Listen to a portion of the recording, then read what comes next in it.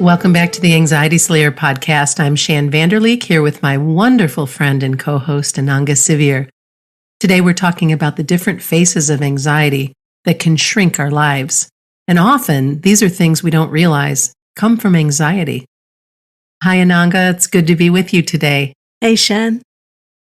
I thought we'd begin by discussing some of the things that make our lives small that we don't really associate with anxiety or feeling anxious.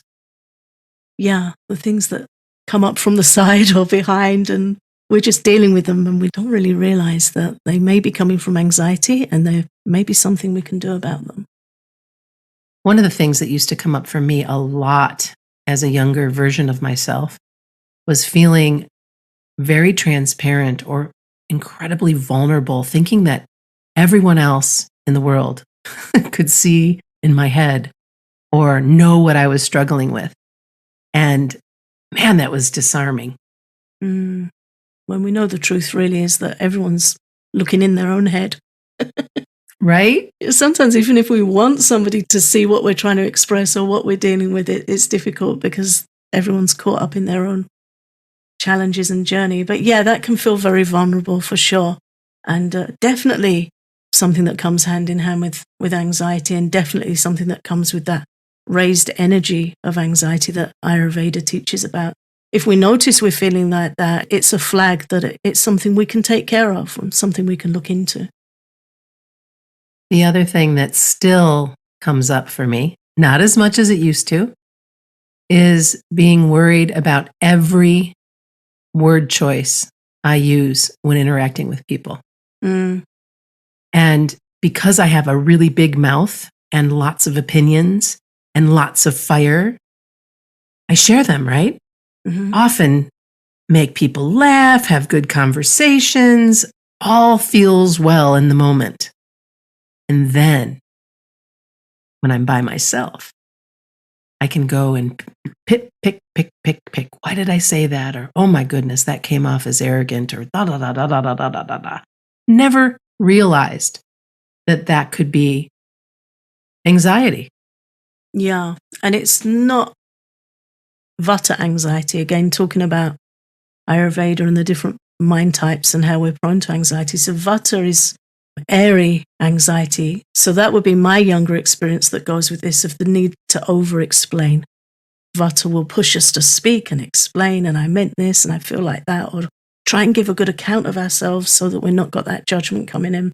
But when we're picking over and analyzing, that's Pitta anxiety, and it's typical Pitta to do that. Pitta, out of balance, judges. If it's really out of balance, it will judge others quite unpleasantly, and it will also judge us. We will judge ourselves and we will pick ourselves apart. Why did I do this? Why did I say that? It's still anxiety, it's for sure, but it's interesting to me to look at the different energies of anxiety and where they can come from. Oh, yeah. And when you bring up judgment, the other piece about perfection and being a perfectionist, I'm a recovering perfectionist. I tried for years and years and years to be perfect, to avoid judgment. And the interesting thing about that is, I may not have been judged as much from outside, but again, the inner judgment was still there, even if I was, air quotes, perfect. Right.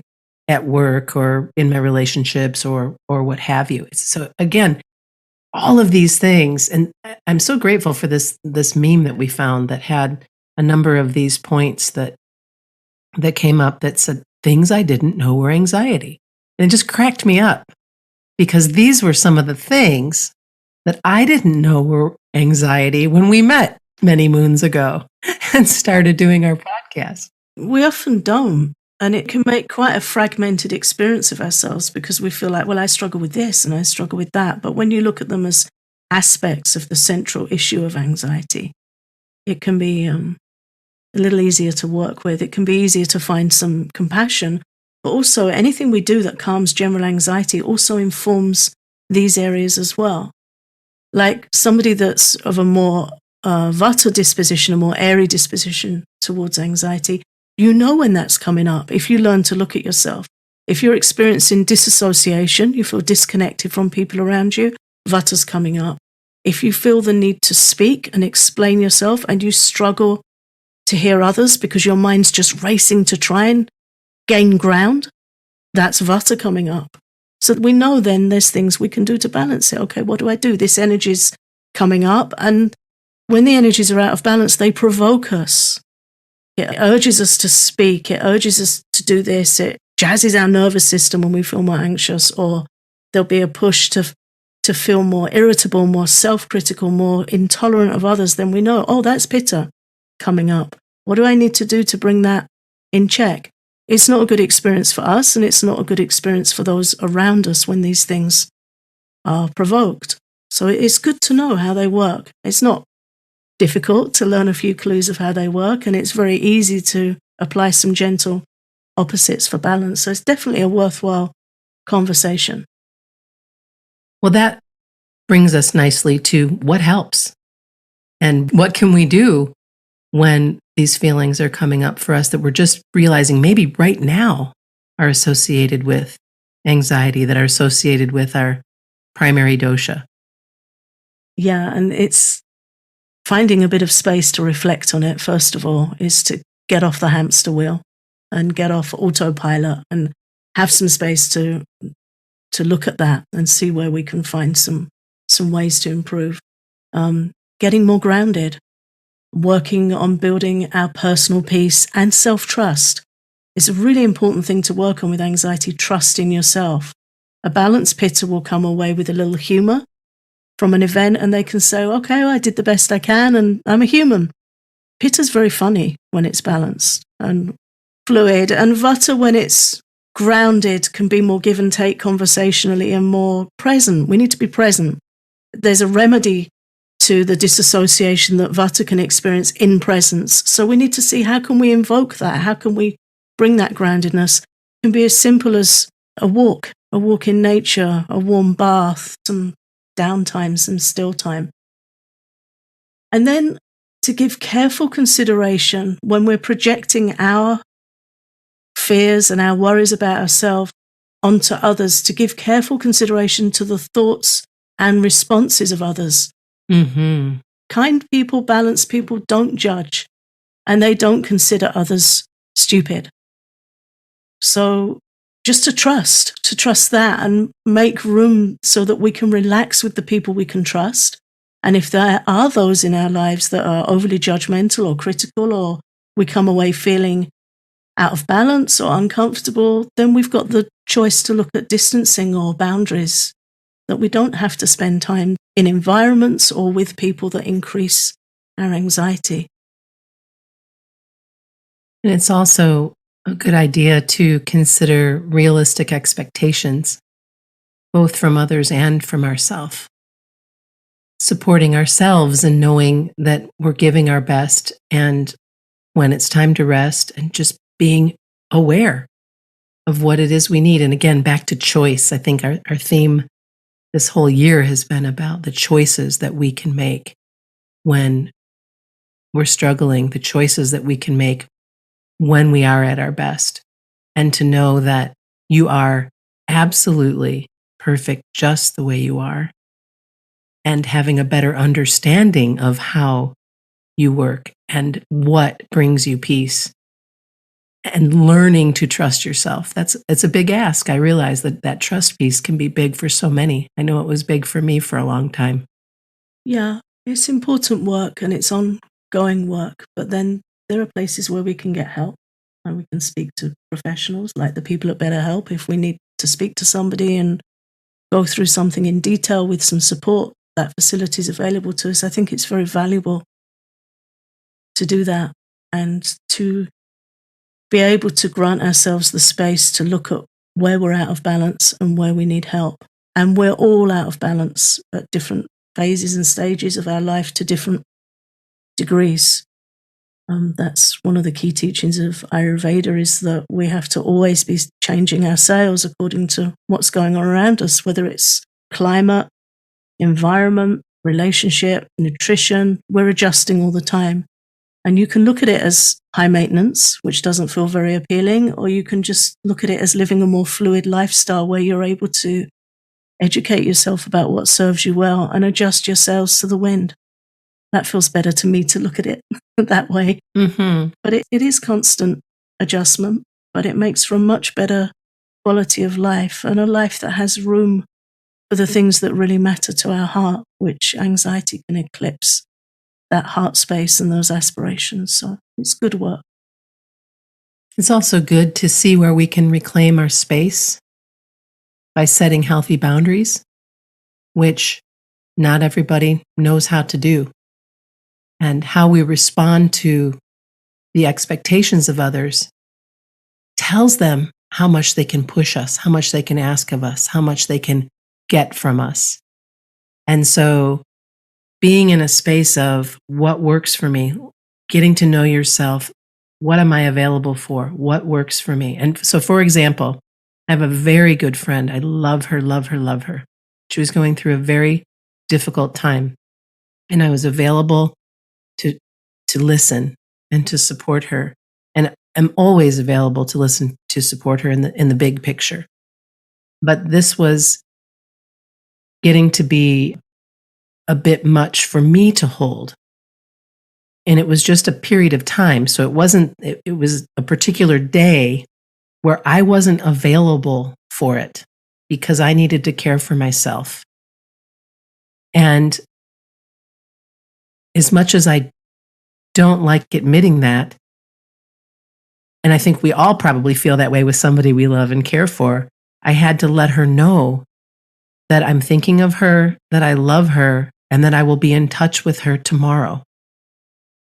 Because I couldn't do it in that particular day. I couldn't be available 100% of the time while she was falling apart. Does that make sense?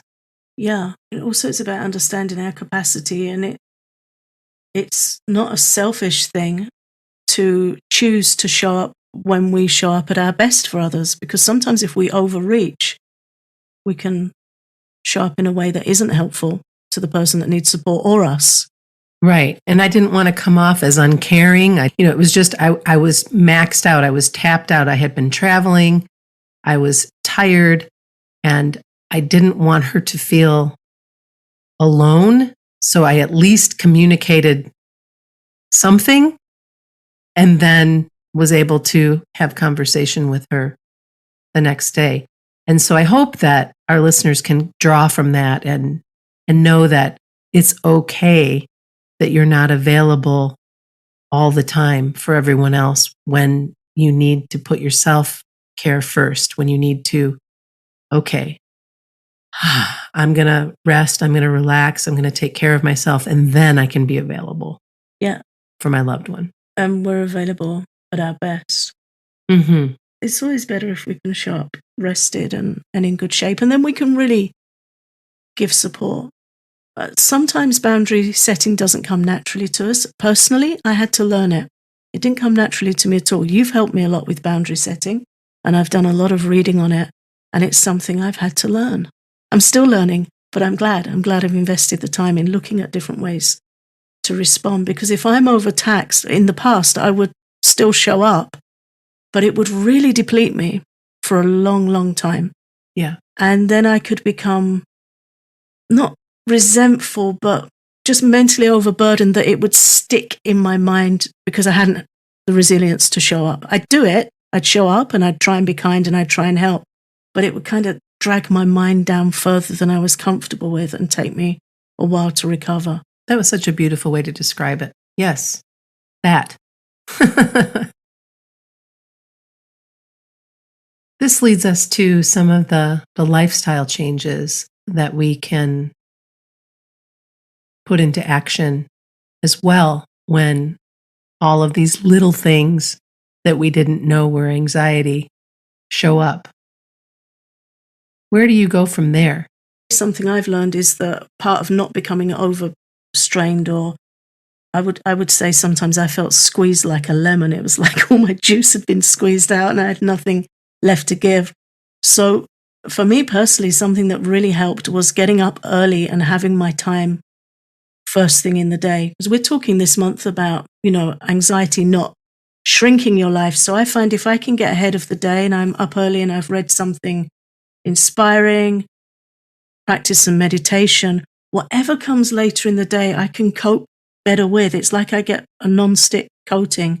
And I can't tell you how many times I've written in my journal, thank God I got up early and meditated this morning because this came later in the day and I know I coped better because I was buffered. My nerves were buffered, my mind was nourished, and I was grounded, and I'd started my day how I needed. So I think it's very important to look at what gives us stability, what gives us groundedness, and what helps us build resilience. And it might be going for a walk on your own for 10 minutes. It might be doing some painting in the evening, listening to an audiobook. Find what it is for you that gives you some self-quality time, some good time with yourself so you're in yourself, and then whatever comes, you've just got that protection to deal with it. So that's my personal example. I love that example, and I have reclaimed my morning time as well. And whether I journal or whether I get all of my supplements and lemon water and all of my stuff lined up, because I have a little protocol that I do each day for my sweet body. Mm-hmm. And then I've also added moving. So this morning before we started to record, I walked a couple of miles on the treadmill and listened to a wonderful podcast. Right. Nice. And that was a gift to me. That was something like, oh, not only am I taking care of my body by walking, I get to listen to this very rich conversation that Tim Ferriss was having with Susan Cain. And for our listeners, I highly recommend that you check out Tim's podcast. He's pretty amazing, like right up there in the top podcasts of the world, speaking with an author that Ananga and I absolutely love. Susan Cain is the author of Quiet, The Power of Introverts in a World That Can't Stop Talking. And Ananga and I talked about that book many years ago. Anyway, she's got a new book out and they're having this great conversation and it's just really powerful. But anyway, that was a gift that I gave myself. That's one of the things that I've decided to do is reclaim that time in the morning and then get my work done and then go from there. And we need to give ourselves those gifts. Gifts are acts of self-love. They're acts of self-respect and self-healing. Really, really important. And it hasn't got to be a big deal and it hasn't got to be hours. And Ayurveda teaches that we need stillness as an antidote to anxiety. The energy of anxiety that drives anxiety in Ayurveda is called chanchala. I love that word. But it means like restless and moving. So Ayurveda teaches that we apply the law of gentle opposites to find peace and to come back into balance. So we know that if our skin's dry, we need to apply oil, we need to moisturize. If things are rough and chapped and dry, we know the opposite to do for our body, but we also need to know for anxiety how to do that for our mind. So stillness is the opposite of chanchala. It's the opposite of restlessness. The challenge with anxiety is that it's very hard to be still when you're anxious. For one reason is that we're pushed by the energy in the body. And the other reason is that we tend to be avoidant of things that are uncomfortable, and anxiety is very uncomfortable. And often when we sit still, it's right there downloading into our mind, and that can be a very uncomfortable experience. So it's helpful to find supported stillness, find peaceful immersion in something where we can be still and quiet, but our mind isn't going to turn in on us. So that could be a guided meditation where you're resting, but somebody else is shepherding you through. So for some people, it could be knitting or crochet. That's just a mindful, peaceful, one stitch at a time activity, baking, something creative. But we need to find, what is it for me that brings me peace and stillness where my anxiety isn't going to come crashing in? And this time in the Northern Hemisphere, almost in Northern Michigan, I'll be in my garden soon. but the weather just wants to keep teasing us and say, oh, how about a little bit more snow today? That's the best. I mean, talk about getting grounded. But getting my hands in the dirt, yeah. And starting out the day, because I will shift to more time outside and more time grounding, like literally grounding, bare feet on the ground. Yeah, literally. And so easy. Mm-hmm. You know, when we get up in the morning, and now it's starting to get a little lighter earlier in the mornings, to just get outside, breathe the morning air, see who's singing in the bushes, see who's popping their heads up through the snow or the dirt, and just be in tune with the ground, which it's very easy for us to lose that grounded connection when we're working indoors and we're working on computers and all these things that are very vata disturbing. They bring up that anxious energy. So simple antidote. After the break, we'll be talking about how to seek help for supporting the challenges that come up for us. The Anxiety Slayer podcast is sponsored by BetterHelp Online Therapy. People don't always realize that physical symptoms like headaches, teeth grinding, and even digestive issues can be indicators of stress. When I'm stressed, I get tension headaches and can be really hard on myself and others. Thankfully, I know how to alleviate stress on my own, but sometimes I need extra support. When my daughter went off to college at the beginning of the pandemic, I was super stressed, and I worked with a BetterHelp therapist and received wonderful support from a trained professional who was perfectly suited to help me navigate through my situation. BetterHelp is customized online therapy that offers video, phone, and even live chat sessions with your therapist, so you don't have to see anyone on camera if you don't want to. And it's much more affordable than in-person therapy. Give it a try and see if online therapy can help lower your stress. This podcast is sponsored by BetterHelp, and Anxiety Slayer listeners get 10% off their first month at betterhelp.com/slayer. That's BetterHelp.com/slayer. One of the things that you and I have talked about over the years is the importance of not being defined by the anxiety that we suffer. Let's dig a little bit deeper into that.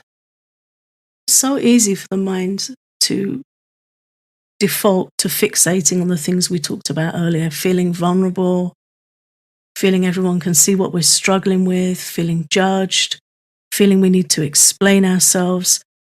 The mind can really loop over those things and really fixate on them.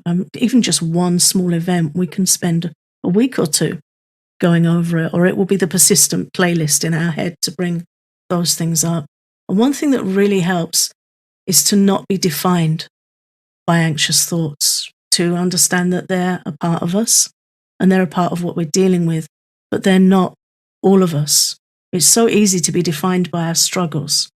But when we focus on our strengths or our talents or our aspirations, developing our natural abilities, we can push back against anxiety and regain some space. And the more we do that, the more space we regain. So then the anxious thoughts occupy a smaller part of our mind. So we're trying to reclaim territory in our head. It's understood that with chronic pain, it can leach out into a much broader area of the brain and really take over.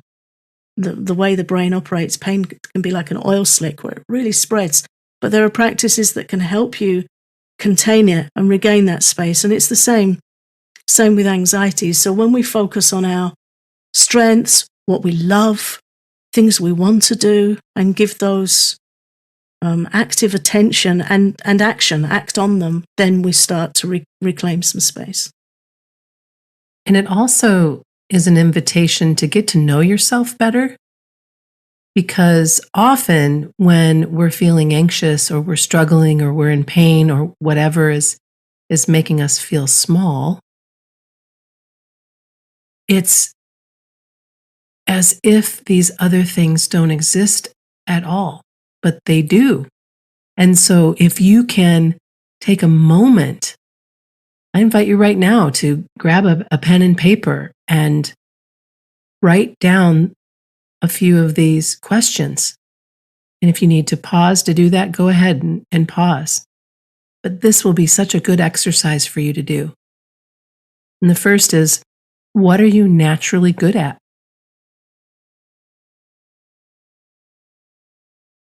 What comes so easily for you? Something you don't even have to give much thought to. What are 3 things you love to do? What brings you peace of mind that you know as soon as you make that choice, you can drop your shoulders and exhale and feel peaceful?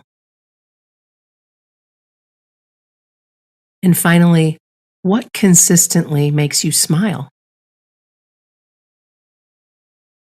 And whether you answer that right now, whether it was easy for you to just let that kind of roll onto the page or not, sit with it, answer these questions, and then keep that paper somewhere where you can refer to it daily. I have stickies all over the place that remind me of the things that I love, or little phrases or whatever. Me too. And it helps. Right now, the sticky note that I'm looking at is, my sweet body and being are open to receiving vibrant health, magic, and miracles, tying into some of these questions. And so these are things that you can do. Go back and look at this and say, oh my gosh, you know what? I am naturally good at baking. I absolutely love watching the sunrise or set. Oh my goodness. Praying or meditating or sitting by the water brings me so much peace of mind. And my husband leaving for work each day, stopping in front of the kitchen window and waving and smiling at me for one last goodbye, constantly makes me smile, consistently makes me smile. How about you, Ananga, as you go through the list? What comes up for you? I love to write. I love to study. Writing's really good for my mind. Being with my family and friends, laughing with my family and friends. What brings me peace of mind is reading the Bhagavad Gita, reading scriptural texts from the Vedas, reading from the Vedas, lessons in life, learning about my mind, learning how to manage it, learning its strengths and pitfalls and how to look after it. And helping others with that brings me peace of mind. It's very affirming to me if I'm able to help somebody else as I go through my day. Things that make me smile. Laughing with my daughter and her partner. We have really good laughs together. Even daft things like, we have a little parrot that we live with who thinks he's big, but he's tiny. He's been really funny this week. Yesterday I put some music on and he really liked it, and he was sitting on my hand whistling along and flicking his wings and shouting peekaboo, and it just makes me laugh. Seeing what brings a smile to our days. I love birds outside, robins, hearing them sing, seeing the little sparrows. We have some wild parrots here flying over. I like looking out for them, looking at nature. Yeah, nature is something that is such a gift if we allow ourselves to take it in so many ways. Something I trained myself to do, or made a conscious effort to do when I was going through a really traumatic time not so long ago, was, if I noticed something made me smile, to sit with it for a moment and have that moment, rather than just have it be fleeting and unconscious, because we need that energy. Again, and I say this, I've probably said this in so many episodes, but the great and crushing beauty that is all around us, to be in it, immerse in it, sit with it, allow it in. Pause. Inhale, exhale, and then get on with your life. But to take it in, please. There's a reason why they say take time to smell the flowers. Yeah, and these are forms of nourishment. The mind is nourished by these things being brought to it, by what comes in through our senses. It's also disturbed by what comes in through our senses. So we need to antidote. We need to find humor and beauty and sweet things and reflections and prayer and meditation and journaling, and all the things that nourish the mind and steady the mind need to be in place. Just like with our nutrition, we have to be balanced in what we're eating, or it's going to cause our health to suffer. So often with anxiety, we feel like that's it. I've got anxiety and that's how I am. But there's a lot more wiggle room with anxiety than the mind likes us to think. There's a lot more we can do about it. A few nights ago, I was sharing with you before we started recording today, I had the opportunity to go to a beautiful concert. And it was in such a nice setting with beautiful plants and lighting and an excellent musician. And as I sat down, as my mind often still likes to do, I sat down, I felt happy, I felt grateful to be there. And then my mind started, what about this? And my stomach started to churn. And I was like, no, not now. We're not doing this now. And so I started to breathe, but it was persisting. And so then I just had a little word with my mind and it's like, you know what? You and I have been through a lot over recent years. Why don't we just have a nice evening together? We've got the opportunity to listen to some beautiful music, connect with some friends. Let's just have a nice time. I knew if I pulled up too much energy against it, it would feed it. Mm-hmm. And I wasn't in a situation where I could jump up and start tapping. I can do the calm point and I can breathe, but I just felt like if I just had a little word, a little check-in, in this moment, as far as I know, everything's okay. And the mind will challenge it and it'll be like, well, what about what you don't know? It's like, you know what? Just leave it for now. And we can have those conversations with ourselves. And there is a part of us that's witnessing the mind, and that's our intelligence sits above our mind. And our intelligence can be a good mother to the mind and shepherd it and redirect it. And again, that's a practice and that's work. And there's days when it's easier and days when it's a struggle. But still, we have the opportunity to make that choice and to see what works, to experiment a bit. It won't always be the same thing that works. But Ayurveda teaches that how we respond to our anxiety in this moment trains us and sets a course of action for our future responses. So if we flick on the TV or something, or we start scrolling, we're more likely to go there in the future. But if we stop and take a breath or practice some tapping or some journaling or clearing or have a little word with ourselves and see what we need and how we might settle, we're training ourselves to be more likely to do that in the future. And the more we do it, the better we get at it. And then it becomes a readily available skill set.